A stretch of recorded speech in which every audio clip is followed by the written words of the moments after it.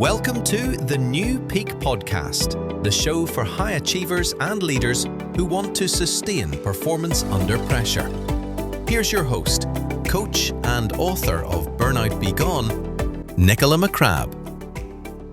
And who better to talk to today than Cindy Klassen, 6-time Olympic medalist and 3-time Olympian. Cindy, it's so great to have you with you. Welcome to the podcast. Oh, thank you so much for having me, Nicola. It's so nice to be here. Wonderful. Cindy, just tell the audience, where are you right now, and tell us how many kids you have.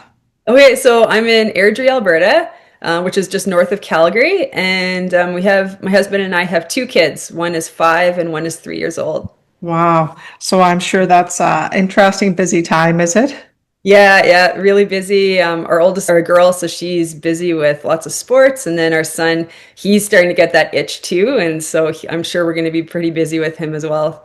Wow, that's wonderful. And I'm not surprised, Cindy, with your background. And let's dive into that later. But I'd like to step back a little bit and go back to how it all began, because I always find that so fascinating. So, Cindy, where did it all begin? Tell us how you grew up and what influenced your sport and how you got into sport.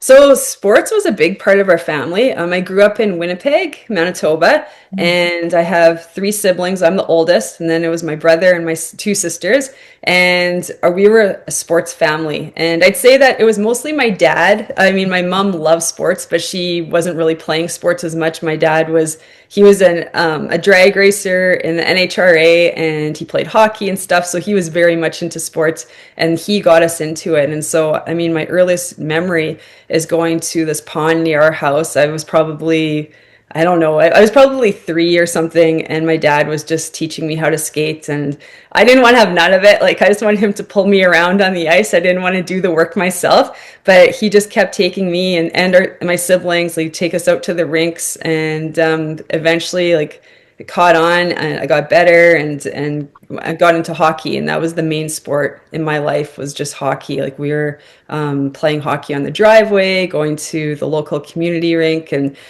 just playing hockey all the time. And so that was kind of like the start of everything. That's how sports got into my life. Yeah, sports was a big part of your life, and your dad just taking you out again and again to sports event. I love that little story about the pond and the skating. That's so lovely. Were you a competitive child, Cindy? Yeah, I was. Did you like to win? Yeah, I think that's just like, I was just born with that. It could have been board games, anything that I was doing. I always felt like I wanted to win so badly. And so, yeah, so in hockey, winning was a big thing for me. And not as much now. I mean, I feel like I've changed quite a bit, but I had that drive all throughout my hockey. And then when I got into speed skating too, I just had that drive of like trying to win, but to do the best that I could.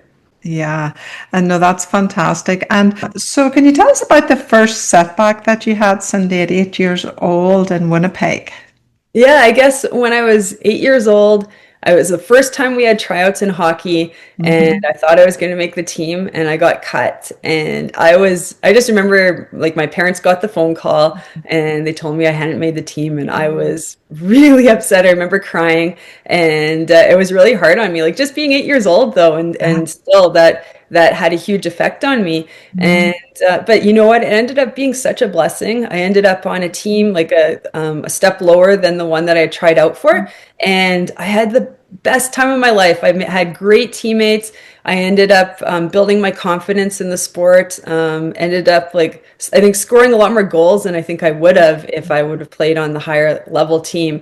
And it just grew my confidence in the sport and my abilities. And then the next year when we had tryouts again, I was able to make that top team. And so, yeah, that's a tough one at 8, but I love how you turn that into an opportunity. I think so. I mean, sometimes it's good to have that. There's both worlds. I think that it's good to have the ability to do well and have that success. And then there's also times where it's good to have a little bit of harder time to make it up to the top and be on the top level. And so you learn lessons from both, like, whichever way you go. And if you can learn from it, then it's gold, really. Yeah, that's great. That little bit of stretch as well, huh? That's so important. I'm sure in those days, there wasn't that many girls in the local hockey teams. Yeah, so when I was pretty young, my parents found out that women's hockey was going to be in the Olympics for the very first time in 1998, and that became my dream to qualify for the Canadian team to go compete at the Olympics for our country in 1998 in women's hockey. And yeah, when I was growing up, there were hardly any girls playing hockey. In my league, I had to play with the boys, and in my league, there was only one other girl in the league, and so that was fine for me though because all of my friends were boys. Whenever I didn't play with dolls, I played with like Yeah. GI Joe and stuff like that. Played as many sports as I could, and it was always with the boys. And so playing hockey with the boys was just seemed natural to me, and I had a lot of fun with them. And I just felt like they were so tough. Our coaches were extremely tough on us. They're just very old school, like hard work is what it takes, and Okay. they worked us into the ground. And so I think that I think that helped to develop me as an athlete, just being among those boys and then having those really tough coaches as well. Yeah, that's interesting, huh? Among boys and tough coaches. And what do you think, like, what was their work ethic like? What did that mean back then for you as a young person? Yeah, I mean, it meant like showing up every practice, every game and giving 100%. And you knew that if you didn't do that, your coaches were going to skate you into the ground the next practice. And you probably wouldn't even see a puck the next practice. They'd just be making you do lines and just skate. Okay, so your next big thing, the ladies hockey team, is that right? Had Hmm. tryouts. So I got invited to come try out for the women's Hmm. national team. This was a year before the Olympic Games, before the Yeah. 1998 Olympic Games. I was in grade 12. I thought this was my chance. I went out to Calgary and tried out among a bunch of different, I think there was 120 athletes across Canada that were in these Wow. tryouts. And they were picking three forwards, two defensemen, and one goalie. And if you Wow. made that one of those five positions, I played defense, so I was going to be one of two if I made Wow. it. If you made one of those positions, you would play with the national team until a little bit before the Olympics, and then you can try to beat out one of the spot, like get one of the spots on the team. And so I went to these tryouts. I thought they had gone really well. I went back home to Winnipeg and I got the call that I hadn't made the team. And I was devastated because I felt like I had worked my whole life leading up to this moment. I thought I'm a Christian, and so I thought this was God's plan for my life, that I was going Of to course. be an Olympic athlete in Yeah. hockey and go to those games. And so it was really heartbreaking, and it took a little while to kind of like let that settle in. And I realized, maybe I didn't make it this time. In 1998, I was still 17 years old, no, 18 years old. And the next Olympics, I'd be 22. And so I figured like, well, just keep working hard, gain more experience, and maybe in 2002 I could go to the Olympics, try out again, and hopefully qualify for that team. So yeah, so it was pretty heartbreaking, but I had to turn it around and Yeah. look forward. So. And just for our listeners, Cindy, it's so lovely to talk to a top athlete. And I want to just dig a little bit deeper in there. Was it hard to turn it around? Did it take long? What was that like for you? Yeah, it took a while. I mean, like I was definitely down in the dumps for a while. Like I'm sure it was probably a few weeks that it still lingered. It got better every day, and I had to like really look at. I think I'm a very like hopeful person, and so I just started to look at the hope in it, that I can turn this around for next time. And I didn't make it this time, but I'm going to use that setback to drive me even harder to make it for the next games. And so I think that hope that I can make it again. I think that that's what picked me up from being down in the dumps, and just gave me that encouragement that I needed. Yeah, that's lovely, and just hope. You are an optimist by nature, do you think? Yeah, I think so. Yeah, yeah. Yeah. Um, yeah, just hope and realizing things will get better, and there's another chance when you are older and you can do something more about it. Wonderful. Okay. Okay. Yeah. So Cindy, tell us about the transition. So yeah, the transition into hockey into speed Mhm. skating. I was in my first year of university, didn't have all the high school sports that I was used to along with hockey, and now I only had hockey in my plate and I needed something else to do. And my Mhm. parents suggested speed skating, and my first reaction was absolutely not because there's no way I was going to put on one of those tight skin suits, and the Yeah. long blades just looked funny to me. But I went to my first practice and I thought it would be just like hockey but faster because the blades are so long. One of my teammates, when I first started skating, I remember him telling me that I was an ugly speed skater because I skated like a hockey player, and you just kind of like push back when you skate with hockey skates. And Yeah. speed skating, it's more you're pushing to the side. There's a lot of like weight transfer, and it's a quite a bit different than hockey skating. Yeah. And there I was, 18 years old, struggling to make my way around the ice surface, and little 5-year-old kids were flying past me on the Wow. ice. And I was just hoping that I wouldn't fall down. But you know what? I don't know. My parents said I was pretty quiet when I came home from practice, but for some reason I kept going back and going Okay. back. And I remember watching the '98 Olympics on TV that year, being glued to the television set whenever speed skating came on. And through that, like a new dream was born in my heart to make it to the Olympics in speed skating. Wow. Was it something you ever thought about as a child, the speed skating, or were you always thinking about hockey?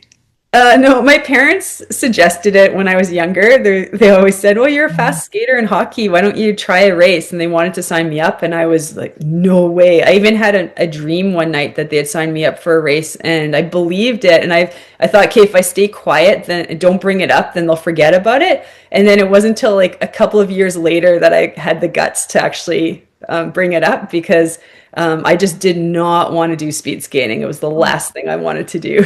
Wow, that's crazy. You just never know how life will end up, Yeah. Cindy. Let's move on a little bit and tell us about, you had some amazing accomplishments, huh?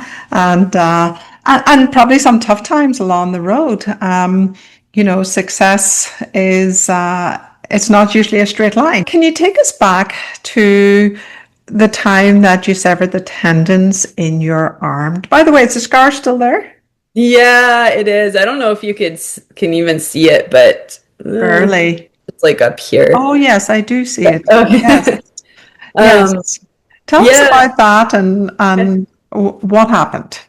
Yeah, so in 2003, we were, I think, about 2 weeks away from heading off to our fall World Cups. And I was in practice, and we were doing what's called an Excel. And so you basically start on one end of the ice surface. You work your way up, like you're going faster and faster and faster until you hit the corner. And you should be going at top speed going around the corner. And we were in a group doing this. And I have no idea what happened, but for some reason, I ended up like falling flat on the ice and was just sliding towards the corner. And there was a skater there on the outside of, I mean, the outside of the ice. And I crashed into her, and I don't know what happened. I just tumbled around, and then I came to a stop, and I didn't really, I knew there was something wrong with my arm. I didn't know what, and I saw blood on the ice. And so I just kind of like held on to my forearm like this, and I just sat there. And I do remember just like watching the skaters skate by, not really knowing what's going on. And then this is just from other people that I've heard that people came rushing over. I was starting to pass out, and so one of the coaches ended up slapping me across the face just to keep Oh, me awake. And so then the paramedics arrived, and they took me off to the hospital. And I figured, well, okay, I'm just going to get stitched up and I'll be back on the ice in a few days. But the surgeon told me that it was pretty bad. I ended up cutting 12 tendons, a nerve, and an artery. And wow. so he ended up repairing that, and he told me that my season's over. And so to me, that was kind of a surprise because we were just at the beginning of our season. We were just about to leave for the Fall World Cups. Yeah. And I just thought, in the back of my head, I thought, you know what, I'm gonna show them that I can get back. But part of me too was like, hey, I mean, we'll see, we'll see how it goes. You were But determined, Cindy. yeah. Yeah. But I mean, there's that hope, like maybe I can get back. And so I couldn't really do anything during that time. So I stayed in Winnipeg. I got to spend Christmas with my family, which is something that I didn't get to do that often when I was skating. And I just really enjoyed that time. And then because I couldn't do anything active at first, I thought, well, what I'll work on is my mental game and just visualization. And so I Mm, had some old VHS tapes of the I love 98 that. Olympics, and I think I Mhm. had some of World Cups and stuff. And I just watched the skaters that I thought I wanted to skate like. And I would watch these clips over and over again. And I would just visualize myself skating like them. And Wow. because at that point, in 2003, I was still, I mean, you're always working on your technique, Yeah. but coming from hockey, it's such a different technique than speed skating. And so there was a lot of things I still really needed to work on. And so watching those clips, I think that it really helped to prepare me for when I would get back on the ice again. And so, yeah, while my teammates were out racing Mhm. in World Cups across the ocean, I was basically on a stationary bike, and it wasn't very fun, but I knew that's what I had to do if I wanted to get back. And so I worked hard at that. And then eventually I was able to go on the ice. I still had to wear a brace though. And surprisingly, I was able to actually finish the season. I got back onto the World Cup circuit. I raced, I think it was the last two World Cups of the season, and those races I did well enough that I was able to qualify for the World Championships at like our final competition of the year, and I Wow. ended up winning a silver and bronze medal there. And so it was Amazing. it was pretty exciting to get That's back. amazing. You know, and that's, I think, your story over and over again. Setbacks don't stop you in your tracks. Oh, They're an opportunity to make the most of them. I love how you did the visualization. Did you slow down the tape to watch it in slow play, or was that even possible? yeah, I don't even know if I would have known how to do that if it was possible. Yeah, but using the Yeah. time to visualize success. Before you went to Turin, you were at the World Champions when you were competing with a German athlete. Can you tell me a little bit about it? Because she beat you in that race, and then of course at the Olympics you did so well. Can you tell me what happened at the World Champions? Yeah, so that whole season, things had been going really well. I had a world record in, I think, two distances at that point.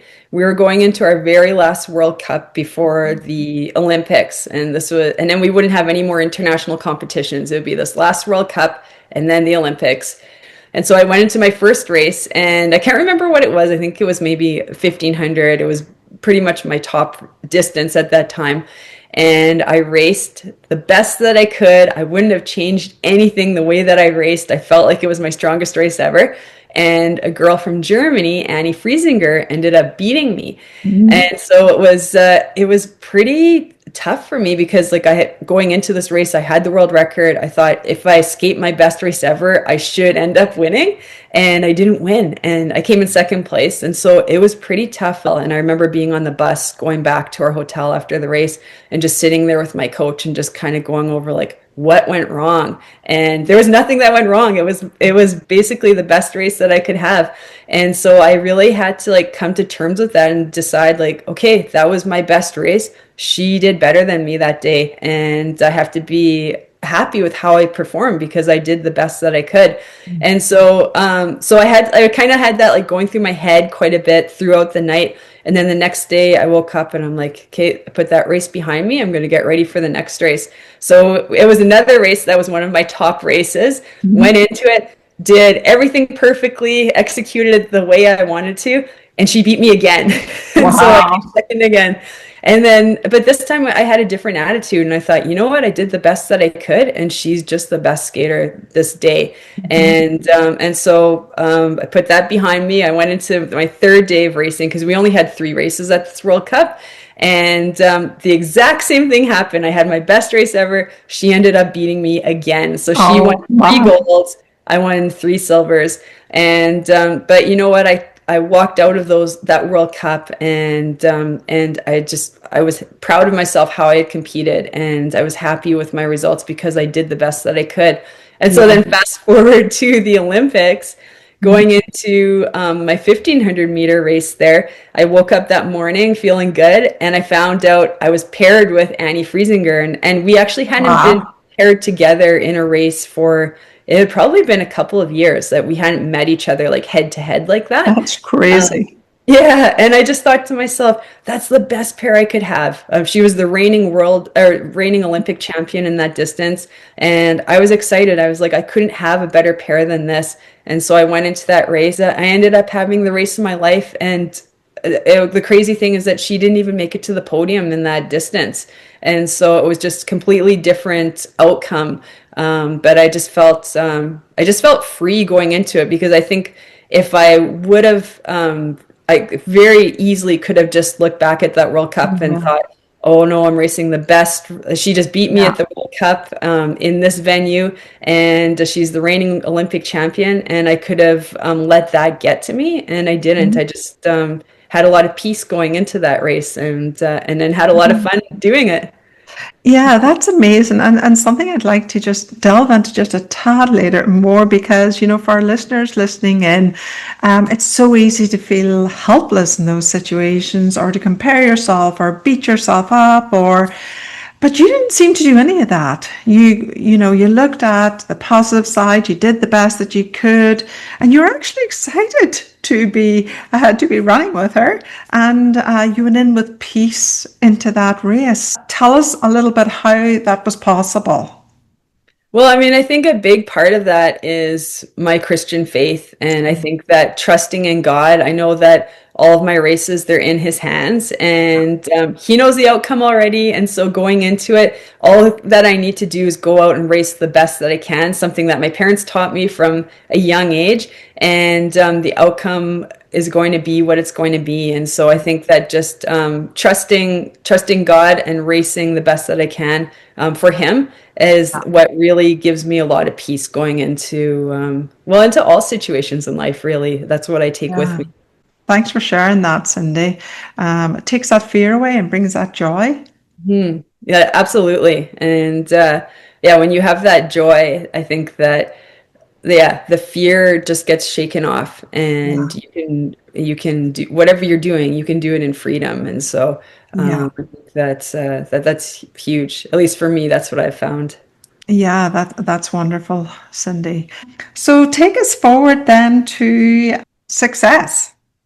And did you celebrate at Turin when you got 5 medals?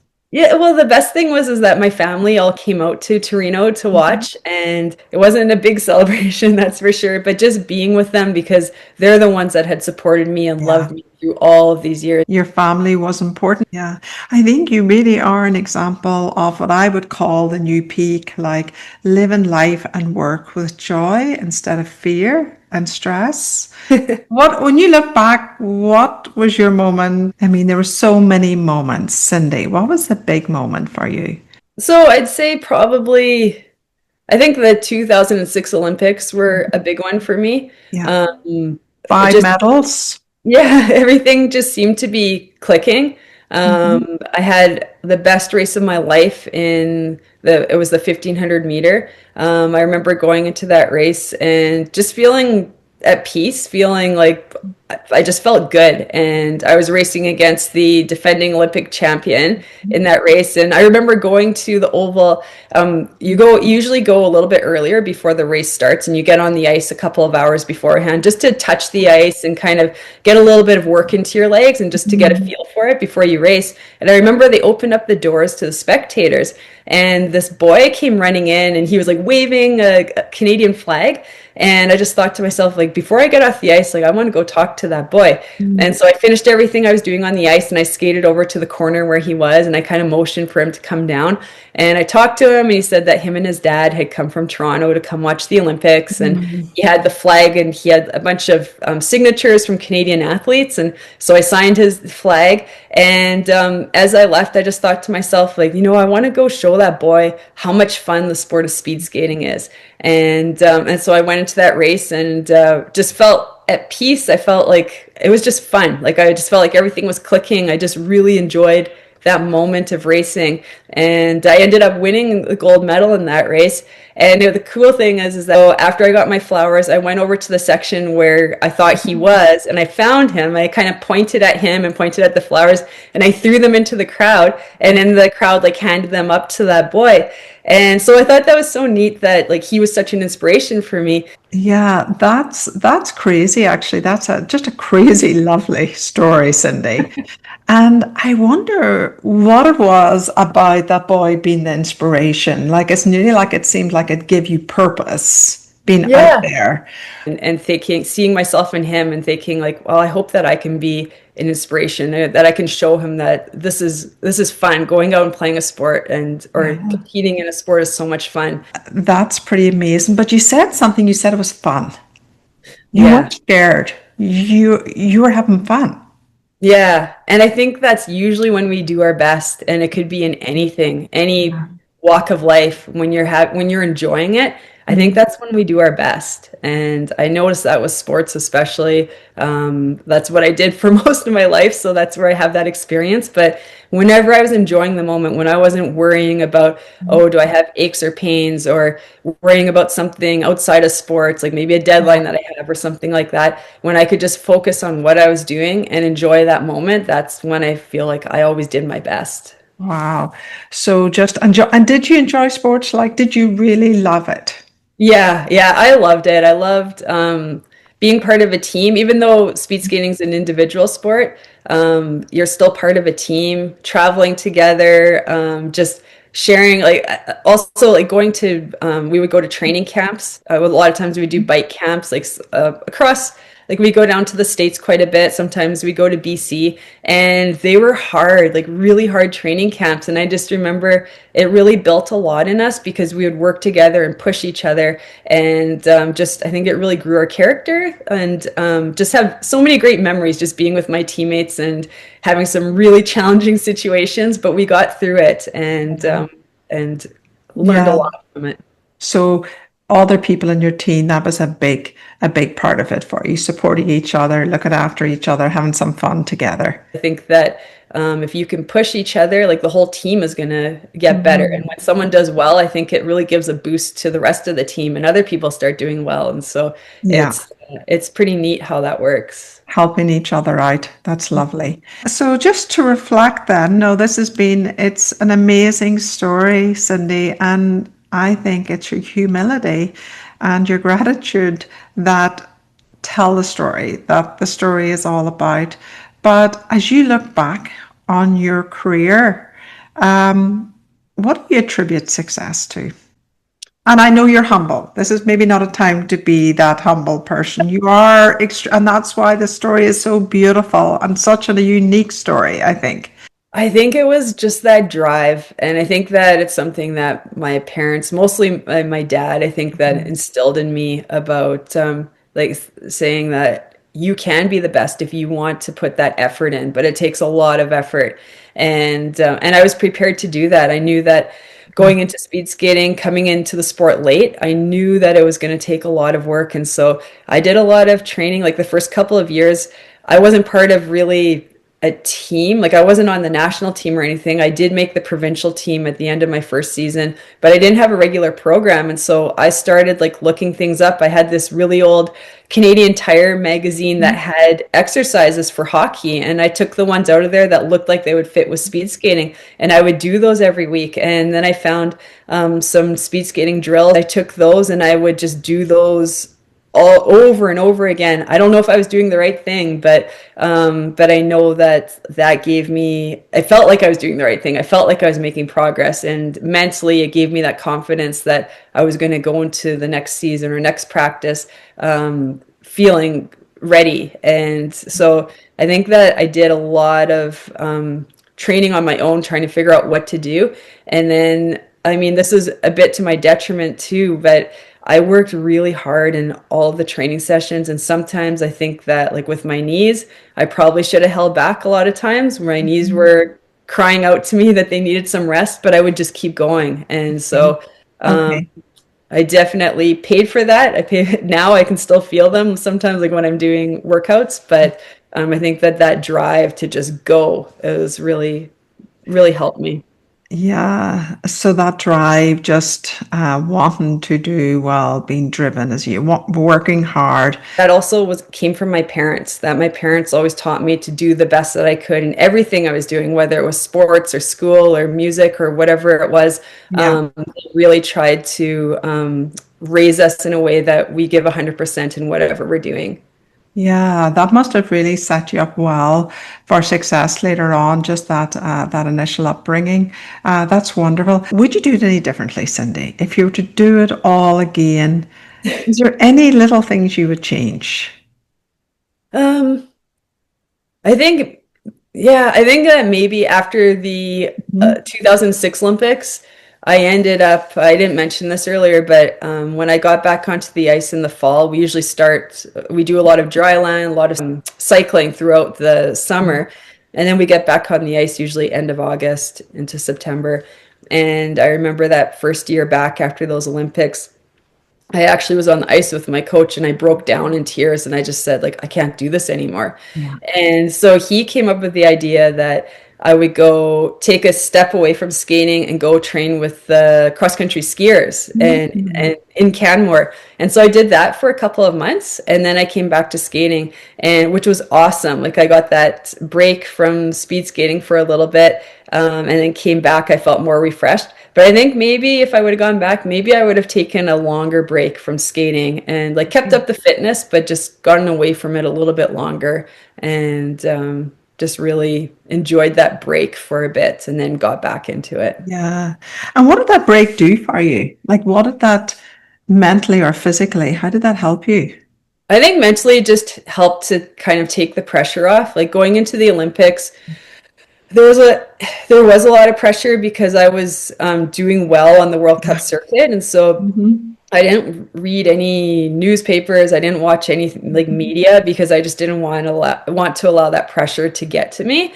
And after that, then it kind of felt like, okay, now I need to keep staying at, like, I did well that I'm year. I still have sure. to stay at that level. And so, so I think that taking a break, I didn't go to the World Cups in the fall, and I didn't have to deal with that pressure, and it just kind of it gave me a break from it. So I think that that helped a lot. Yeah, because I'm sure, like you said, there was a huge pressure for you to continue. And apart from taking a break, was there any other way, anything else that helped you to deal with the pressure? Not reading the papers, not reading the news and the media. Anything else that helped Yeah, with the yeah, I pressure? mean, just like staying grounded, whether that was like through my Mhm. faith or just with family and friends. I just had good people around me that helped me to remember that life isn't just about speed skating. There's so much more to it than just trying to win a medal. And Yeah, so, so I think that that helped a lot for I sure. like that. Put it in perspective a little bit. Yeah, and I think that I always had a goal in mind of where I wanted to go to, and I think that Okay. that really, really drove me to Okay. where I got to, and especially in speed skating. Yeah. And I That's mean, have something, is that something you worked with on with your coach, or did you have that goal yourself, or like kind of that North Star? That's so important, huh? Where do I want to go? Yeah, I think I've always had, like, with skating, it was always a big goal of like I wanted to go to the Olympics. And then I learned through we had sports psychologists that worked with us, Yeah. and I also learned how you need to make those little goals along the way. Otherwise, it can just seem like very overwhelming to try to get to that big Yeah. goal. But if you make On. little goals Yeah. along the way, you can see the progress. And so I think that that helped because Yeah, I'm glad you mentioned that. So, six medals altogether and Olympic medals and transitioning out of that sport, like to be so successful, like, the only Canadian to get so many medals. How did you leave that behind? Yeah, I mean, it was definitely hard to take a step away from it Mhm. because that was my life for so many Yeah. years. It was just speed skating, and but I knew it was time. It was definitely tough whenever I would go watch a speed skating competition. I thought, oh, maybe I should get back into it. But after watching for about 10, 15 minutes, I would remember all the hard work and that my body, like my knees weren't doing well. I knew I couldn't do it anymore. And so I just had to look forward, and I thought I had some goals still. I had started my undergrad before I got into speed skating, so that was in 1997. And I thought I better Wow. finish this. I should finish this undergrad. So I went back to school. I was the Mhm. oldest person in my classes for sure, but I ended up finally finishing it in 2017. So it was a 20-year undergrad, but I did it, and I was so grateful to Mhm. be able to finish that. And then another dream I had as a kid is I always wanted to be a police officer, and Mhm. so I found out that there was a recruiting officer coming to the sports center at the Oval, and I thought, you know what? It would be neat. I'm too old to even apply, but it would be neat to see what they do, like what the role of a police officer is like. And so I went to the meeting, and he said that they've hired people as old as 50. And so Wow. yeah, so I went for a ride along, and I was hooked after that. And I decided, you know what, this I'm gonna see if I can do this. And so I ended up becoming a police officer with the Calgary Police Service, and that's where I met my husband. And so once we found out that I was pregnant, I ended up just resigning after I was with CPS for 5 years, and then we had my daughter, and just decided that I'd be a stay-at-home mom, and it's everything I could ever imagine. It's just been so wonderful, and so I'm really grateful to be able to be there with them as they grow up. That's a wonderful story, but I'm noticing a little pattern, Cindy, how you're always the oldest going into things. Like, when you went into skeet skating with the little 5-year-old or 8-year-old kids, when you went back to university, when you had kids. And was that hard? Was that okay? Like, did you just make the most of it, or? Yeah, I think that you do have to make the most of it. It definitely is hard. Definitely feel a little bit of like, what do I really belong here? Yeah, a And bit of that imposter. yeah, imposter syndrome, just like thinking like, who do I think I am to be doing this at this Mhm. age?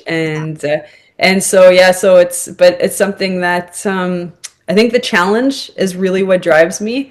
And Mhm. so with skating, I thought, let me see if I can do this. I'm going to put my best effort in, see if I can do it. And then same with my schooling, same with police working, and with being a mother. I mean, there's no out. Like this is Yeah, my role now, and yeah, but the thing is that I just love it, and I do feel a lot of times if we go to the park, I'm usually an older mom yeah, among younger moms, but yeah. uh, but I, it's great. I think that being mhm. older parents, I think it also forces us to want to stay fit because we want to be there for them as they get Mhm. older. So trying to stay healthy, and hopefully we have a little bit more wisdom than if we had them when we were younger. Yes, I definitely resonate with that as an older mom as well. Back to the imposter syndrome again, you didn't let it weigh you down.